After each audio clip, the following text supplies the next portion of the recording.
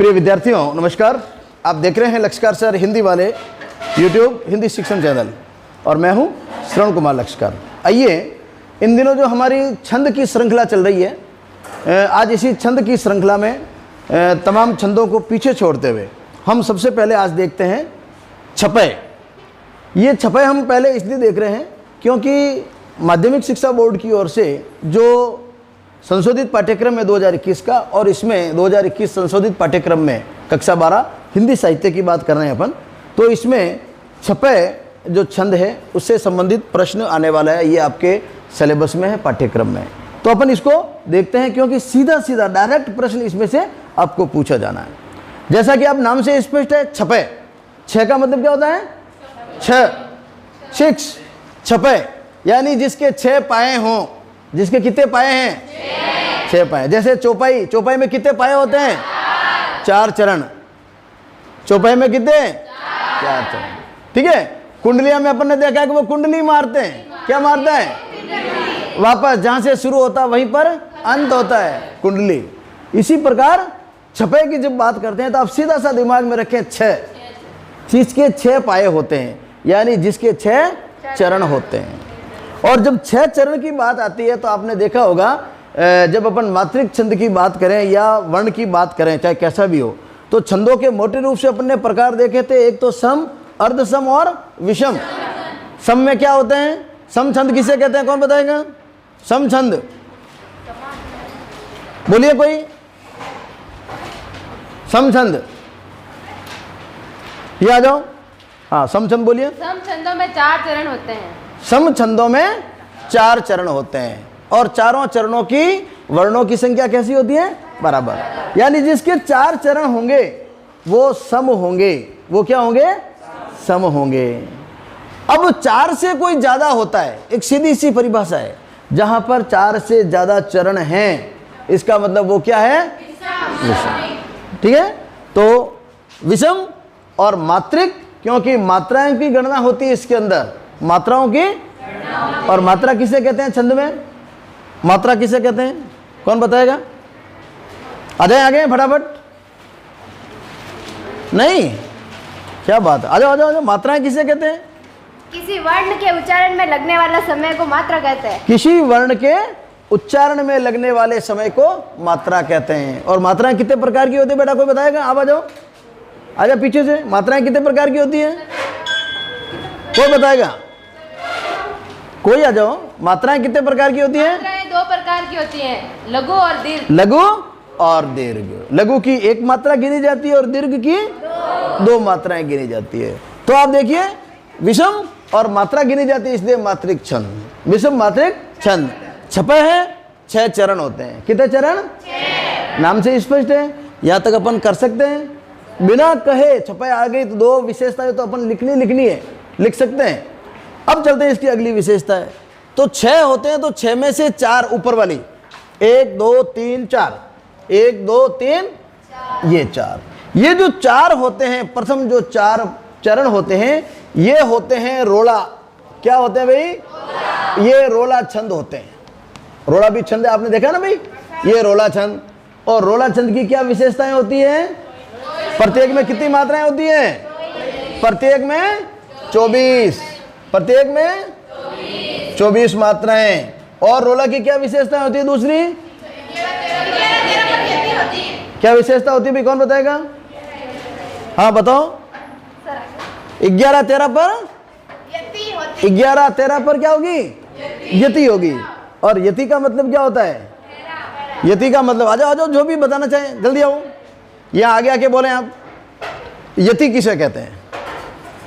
यति का मतलब होता है ठहराव। छंद में जहां कहीं भी छंद का जब पठन करते हैं, गाते हैं, पढ़ते हैं, तो कुछ समय के लिए ठहराव होता है, जिसको अपन कोमा के द्वारा प्रदर्शित करते हैं। वो क्या कहलाता है? यति। तो 11 13 पर क्या होगा? यति। तो 24 तो मात्राएं और 11 13 पर क्या होगा? यति। ये कितने पे होगा?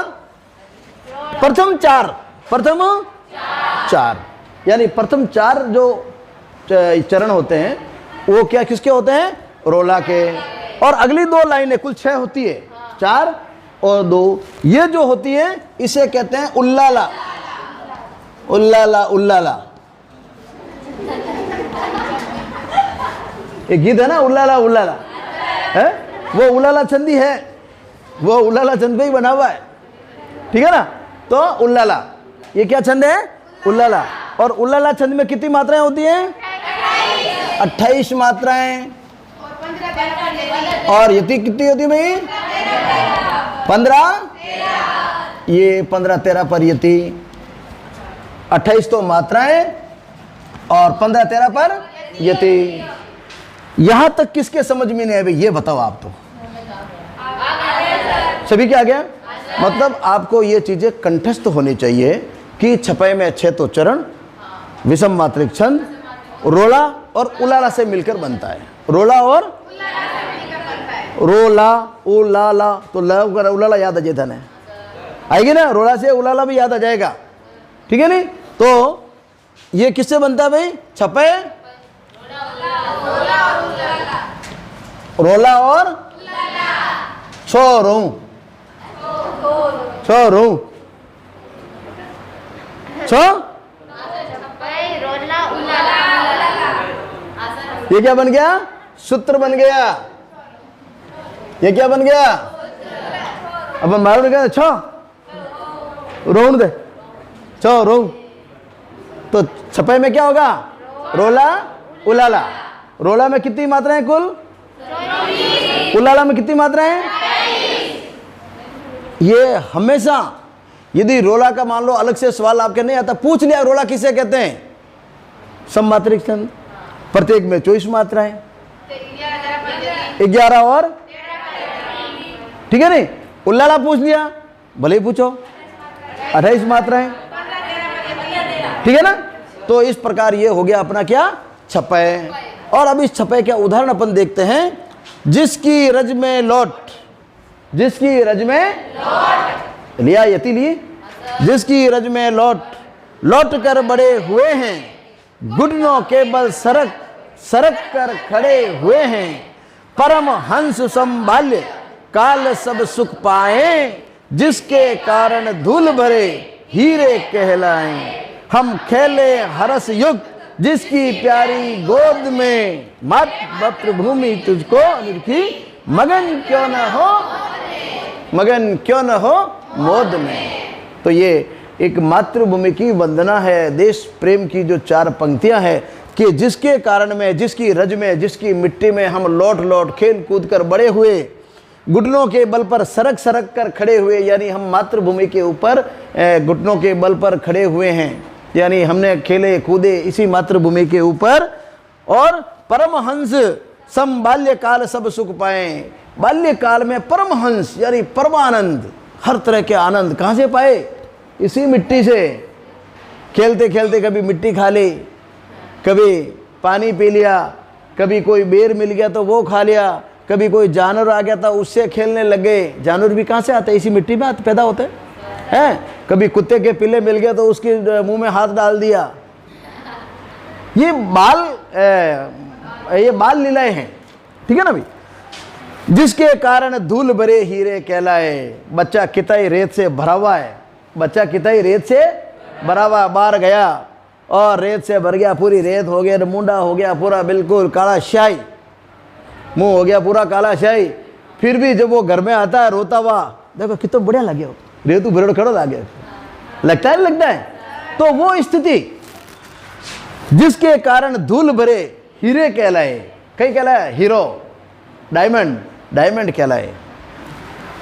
हम खेले हर्ष युत जिसकी प्यारी गोद में, हे मातृभूमि तुझको निरखी मगन क्यों न हो। हे मातृभूमि तुझको निरख कर, तुझे देखकर हम क्यों ना मगन हो, क्यों मन में मस्ती, क्यों मन में खुशी नहीं हो। ये हमारी मातृभूमि है, सस्य श्यामला मरुधरा, गीतों की ये खान है, इसकी गोदी में जन्मे राम कृष्ण भगवान है। तो ऐसी मातृभूमि के बारे में ये वंदना की गई है। तो ये छपे का उदाहरण बहुत अच्छा है, सरल है, आप इसको अच्छी तरह से याद कर सकते हैं, ठीक है। अब आप इसको लिखिए, एक उदाहरण अपन और देखते हैं इसके बाद में। आइए इसी छपे का एक उदाहरण अपन और देख लेते हैं। नीलांबर परिधान हरित यह पर सुंदर है। नीलांबर परिधान हरित यह पर सुंदर है। सूर्य चंद्र युग मुकुट मेखला रत्नाकर है। नदियां प्रेम प्रवाह फूल तारा मंडल है। बंदी जन खग वृंद शेष फल सिंहासन है। करते अभिषेक पयोद है। बलिहारी इस देश की हे मातृभूमि तू सत्य ही। सगुण मूर्ति सर्वेश की, सगुण मूर्ति सर्वेश की। तो इसके अंदर भी आप जब देखेंगे तो ये जो प्रथम 4 पंक्तियां हैं, प्रथम 4 पंक्तियां हैं, इसको मिलाएं आप एक बार देखते हैं। देखो नीला पर कितना लिखूं बेटा? 2 2 1 1 1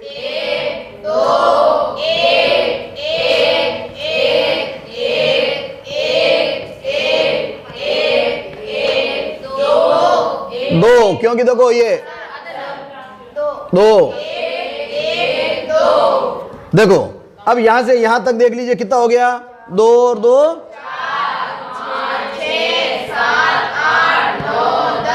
11 11 1 2 3 4 5 6 7 8 9 10 11 12 13 11 और 13, ये तो हो गए 11 और ये हो गई 13। कुल कितने हो गए? 24। तो इसके कितने? इसके 24। तो रोला छंद में कितने होते हैं? 24। और 11 13 पर क्या होगी?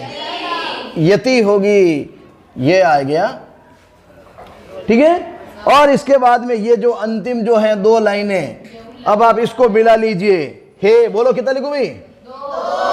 2 1 2 1 2 1 2 1 2 1 1 1 2 2 1 1 2 1 2 गिन लीजिए कितने हो गए? 2 4 5 6 7 8 9 10 11 12 13 14 15 15 आ गए? 15 1 2 3 4 5 6 7 8 9 10 11 12 13 कितने हो गए? कितने हो गए? 15 13 यति हो गई भाई। कुल कितने होते हैं? 28। इसके कितने होते हैं? 28। क्लियर हो गई? तो रोला और उल्लाला से मिलकर ये क्या बनता है? छपै। रोला में कितने होते हैं? 24। उल्लाला में 28। ठीक है, एकदम बढ़िया। तो ये था हमारा आज का टॉपिक छपै।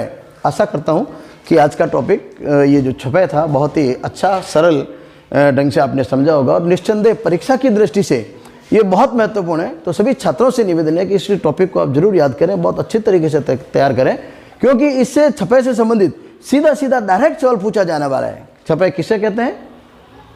इसकी विशेषताएं बताइए। छपै किसे कहते हैं? इसकी विशेषताएं बताते हुए उदाहरण दीजिए। किन किन 2 छंदों से छपै बनता है? किन किन 2 छंदों से छपै बनता है? उदाहरण सहित स्पष्ट कीजिए। ये बहुत अच्छा सवाल आने वाला है और मैं ये समझता हूँ कि इतना ज़्यादा सरल, क्योंकि बिल्कुल सीधे बनते हैं, कोई घुमा फिरा कर नहीं। आप कैसा भी करेंगे, ये 4 आपको विशेषताएं याद करनी, एक उदाहरण याद करना है। कोई भी आ जाए सवाल, आप इनको याद करके हूबहू लिख दें, आपका काम बढ़िया हो जाएगा। आप सभी का बहुत बहुत धन्यवाद। आप देख रहे थे लक्ष्यकार सर हिंदी वाले यूट्यूब हिंदी शिक्षण चैनल। और अब हमारा अगला वीडियो जो आएगा वो सवैया के ऊपर आएगा, क्योंकि सवैया भी आपके इस वर्ष कोर्स में है और बहुत ही महत्वपूर्ण है। और जीवन में भी जब जब भी आप साहित्य में रुचि रखते हैं, क्योंकि हम साहित्य के विद्यार्थी हैं, तो सवैया बहुत ही महत्वपूर्ण होने वाला है। और सवैया तो अपने आप में बड़ा मस्ती भरा एक छंद है। सबसे अच्छा कोई छंद है तो सवैया है, कुंडलियाँ हैं।